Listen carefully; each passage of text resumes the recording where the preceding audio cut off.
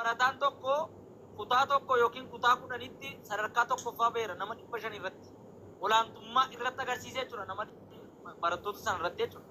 Barattoota mooraa sana keessa jiran nama 10,000 fakkeenyaaf 10,000 jira taana barataa 10,000 kiyaa barataan tokko sadarkaa tokkoffaa baa waan ta'eef olaantummaa isaatti agarsiisee jira. Barattoonni sun hundumtinuu durfamaa namicha sanaati malee dursaa namicha sanaa miti jechuudha. Kanaaf ani yeroo hundumaa olaantummaan natti dhaga'ama malee gadaantummaan natti hin dhaga'amu.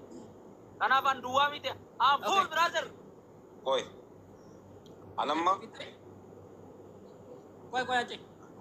Maaliif ati ganaa deebisaa miti? Sirka badaa. Taadera dubarra dhagaa. An taadera dubarra dhagaa. Anamma si barsiisuun dhufe. Dumarra sirraa dhagaa malee. Waan dumarra dhageessu. No, waan dumarra dhageessu qabu. Gaafii dhagaafatte. Yaada kooti. Maal dhuftee gaafattee asirratti maal? Deebii kan naa deebisu. Maaf deebii kenna. Abbaan dhimma anadha.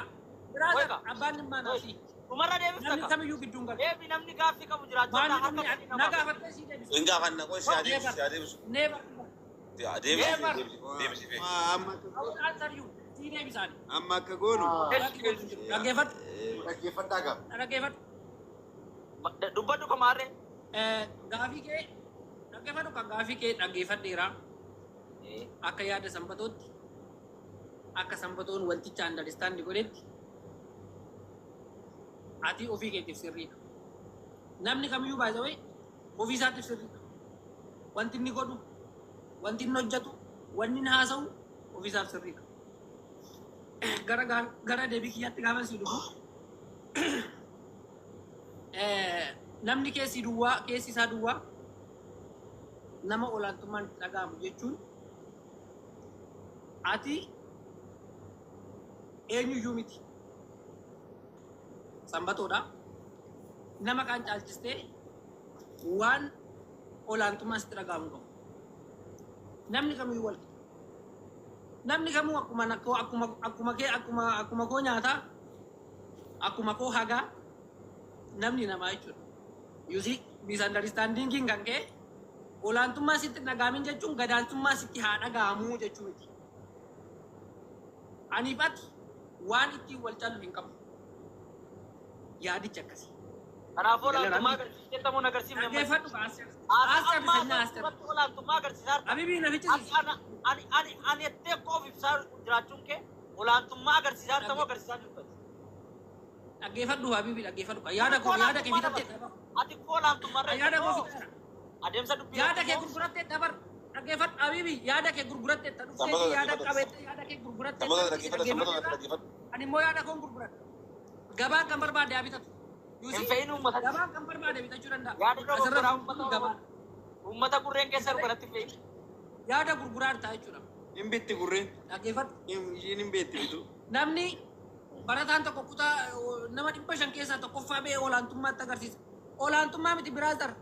Nama 500 keessaa tokkoffaa ba'uunsaa namoota kana caalchisee hubata jechuudha malee namoota kana irratti olaantummaa agarsiisee jechuu miti.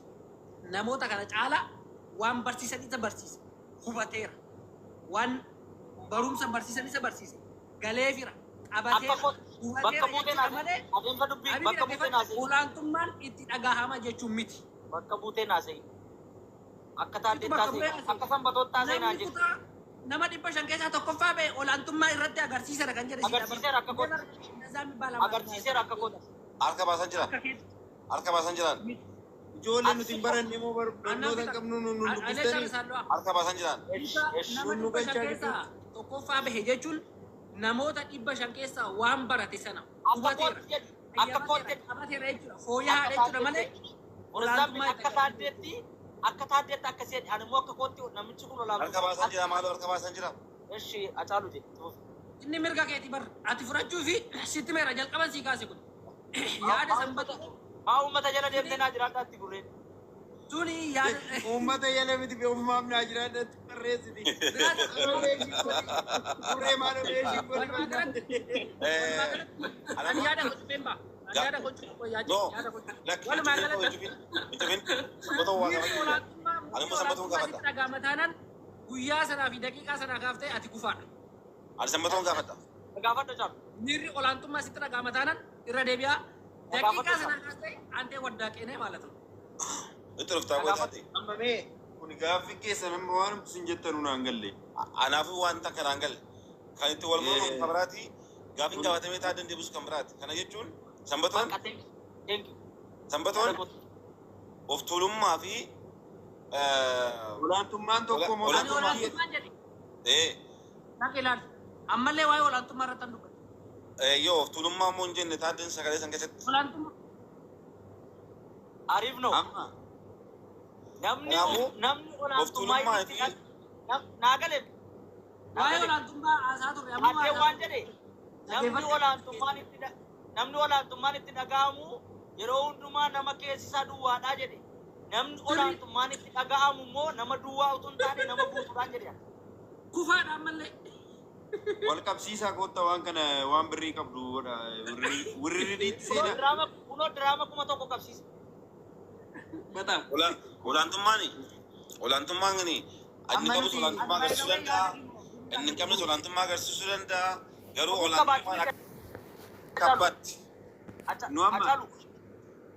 Nu ammaan barbaannu maa dhabeettaa? Waati miira olaantummaa sitti dhaga'amaa irraa himaa hartaa. Gamana. Toora dubbii. Toora dubbii. Ati eenyuun caalte? Ati nama iyyuu hin caaltu waan ta'eef namaa gadis miti namaa olis miti. Toora dubbii.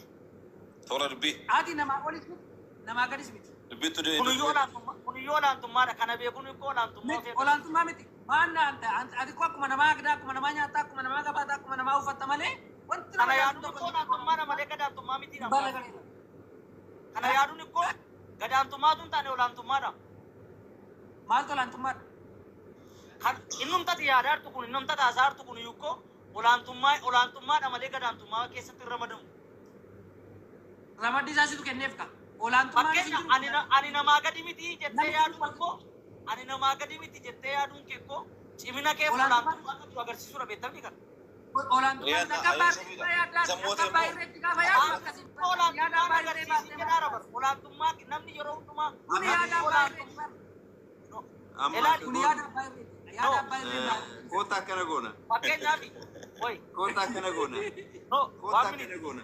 yaada geeffadhu jawwe al tokko daqiiqaa tokko naa kennaasi yaada ko bichaa nama hubatu nama tokkoon barbaadaa yaadi ani jedhe ilaali taaddee yaada taaddeen ibsachuu barbaade ka biraa yaada taaddeen dubbatee wal bukkee qabe garuu kan biraa maali daali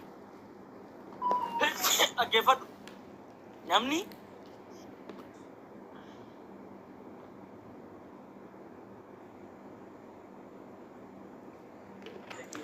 dogoggora teknikaa na mudate sorry biyyi baymee eessinatti baran Yaadi ati dubbatte amma gabaabumatti olaantummaa fi of tuulummaan tokko mitiidha miti.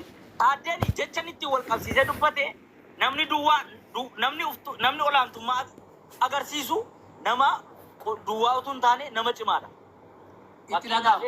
Fakkeenyaaf agarsiisu itti dhaga'amu isa nan jedhe namni olaantummaan itti dhaga'amu nama cimaadha. Fakkeenyaaf namni beekaan tokko gaafati dhuftee jechatti hin jettu namni beekaan tokko jecha kee tuffatee deebisuun isa si biraa deemu. Namichi kun gadaantummaa kanaan miti. Dhaggeeffadhu sitti hima. Olaantummaa waan itti dhaga'amuuf olaantummaa isaa waan sirratti agarsiisuuf ati hamma isaa akka hin geenye waan hubateef olaantummaan isatti waan dhaga'amuuf jechatti dubbatteef deebituun kenniin si biraa deemu. Namni olaantummaan itti dhaga'amu ati maaf taatee dubbatta maaf sanbatoo taatee dubbatta jecha dubbatte hordii dubbatte irratti dubbachuu qabda malee.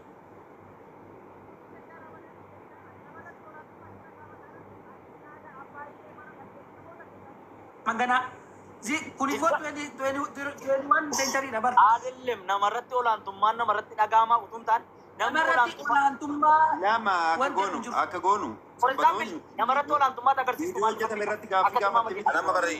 amma bar Ani waanuma sin jettan naan galle bara. dubbiin bar kophaadhaa barre sin dhaggeeffannee homaa waliin galle taaddeen kan jechaa jiru kabraa sanbatoon kan gaafatu kabraati. Olaantummaa fi of tuulummaan tokkodha. Taaddeen immoo waa'ee olaantummaa kanaa seef immoo taaddeen olaantummaa kanaa seef akka isaatti olaantummaa jechi jedhu nama kiishii duwwaa kun immoo nama waan qabne jechuu danda'a.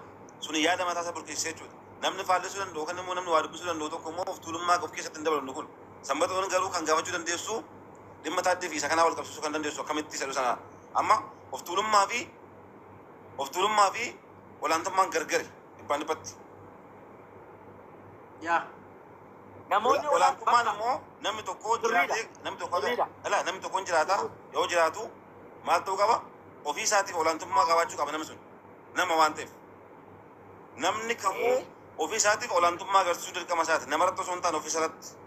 Namni sun akka isaatti nama kan ta'uu hin barbaadu waan ta'eef akka isaatti namni nama ta'e immoo olaantummaa qabaachuuti qabaachuu. of course.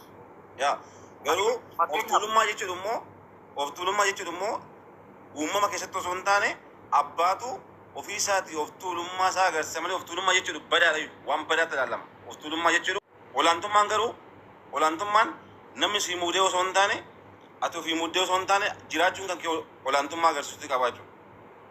Jiraachuun kee qoftee olaantummaadha. Ani garuu yaada taaddee hubadheera garuu yaadi taaddee yaadi koo waliin faalleessu garuu bakka itti wal faalleessu sitti moon fakkeenyaaf taaddee maal akka jedhee fakkeenyaaf nama tokko yeroo ta'e haasoftu namni tokko si bira aaree deemee beeku guyyaa tokko fakkeenyan sii fudhadha. Waan ati dubbatte ofitti hiikkate kana jechumaa jechuudha beektaa gadaantummaatu itti dhaga'ame jechuudha. Namoonni tokko yeroo ati dubbii dubbattu kana manaaf dubbateef maaltu itti dhaga'ame gadaantummaatu itti dhaga'ame. Namoonni tokko immoo jechoota ati dubbatte sana hin hiikkatani. Maaliif olaantummaan sammuu isaanii keessa waan jiruuf jecha sana ofitti hin hiikkatani. Guutuu waan ta'aniif jechuudha. Namichi sun immoo hir'uu waan ta'eef gadaantummaan sinumayyuu jecha jettee isa tuma gadditeef gadaantummaan itti dhaga'ame ofitti hiikkata. Sirriidha akka nama sanaatti ta'uu danda'a. Kanaaf namni guutuun olaantummaa namni sirriin yookiin immoo namni guutuun tokko yookiin namni beekumsa qabu tokko sammuu isaa keessatti gadaantummaan itti dhaga'amu olaantummaatu itti dhaga'ama malee. Sirriidha. So kanaaf taaddeen immoo namni olaantummaan itti dhaga'amu duwwaadha jedhe. What is this? No understand brother. Brother sitti beeraa barsii galuu dide malee maalan godhama sitti hin daakaashi. Eeshi.